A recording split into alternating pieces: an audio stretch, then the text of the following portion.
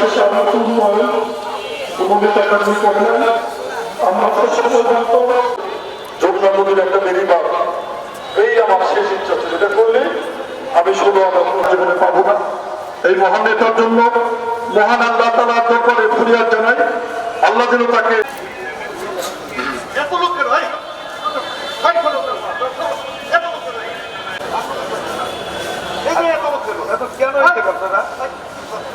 মাহমুদ হাসান সাহেবের অত্যন্ত ঘনিষ্ঠ সহচর, যার নেতৃত্বে আসলে আজকে আমরা যে ব্যক্তিটি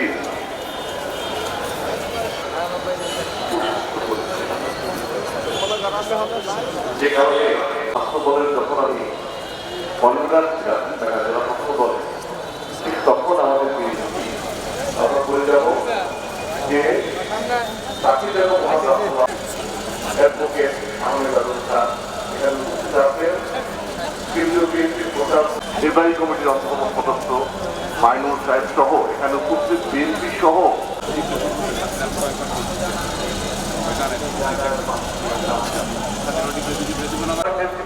শুভাকাঙ্ক্ষী আছে। শর্টকাটে করবে, আমরা একটু ধৈর্য ধরছি এ পর্যায়ে।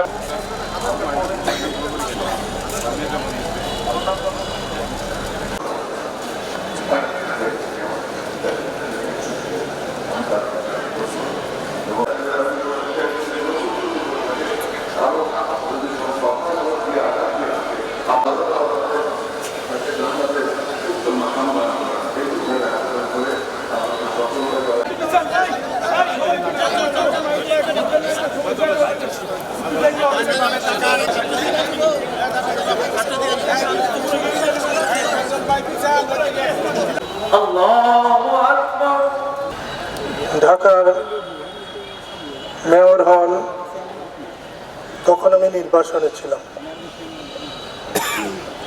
একদিন আমার মা তার সঙ্গে দেখা করতে গিয়েছিলেন। বহু মানুষ ছিলেন। মা গেছেন শোনার পরে সবাইকে ছেড়ে মাহমুদুল হাসান উঠে এসেছিলেন, যে একজন সবচেয়ে সম্মানী মানুষ এসেছে, আমার মেহমান। আমার সে কথাটা খুব গায়ে লেগেছে, অন্তরে লেগেছে, স্পর্শ করেছে। আর আমি তার সঙ্গে একসঙ্গে জেল খেটেছি 90-এর আন্দোলনের পরে। তার স্ত্রী এত সুন্দর রান্না করেন, কল্পনার বাইরে। জনাব মাহমুদুল হাসান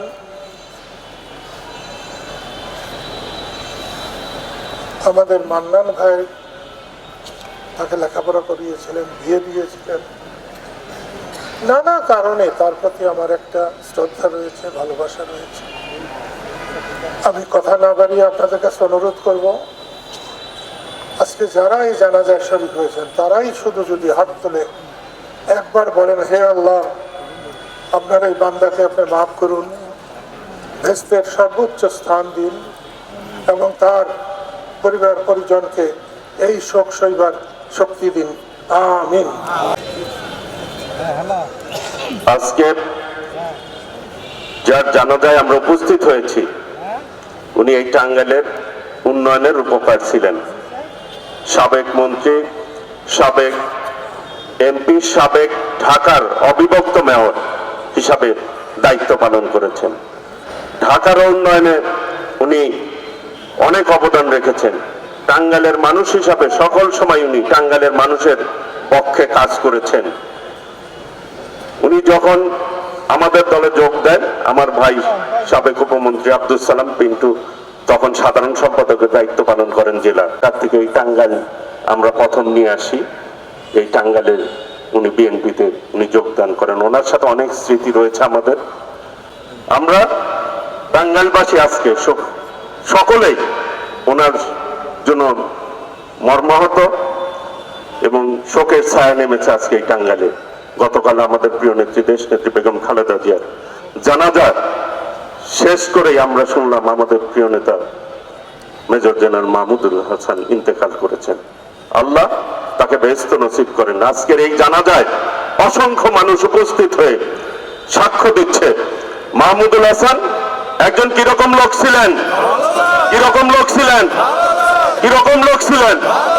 আল্লাহ রাব্বুল আলামিন এই জায়গায় এসে শেষবারের মতো মানুষ এসে সাক্ষ্য দিচ্ছে উনি অত্যন্ত একজন ভালো লোক ছিলেন।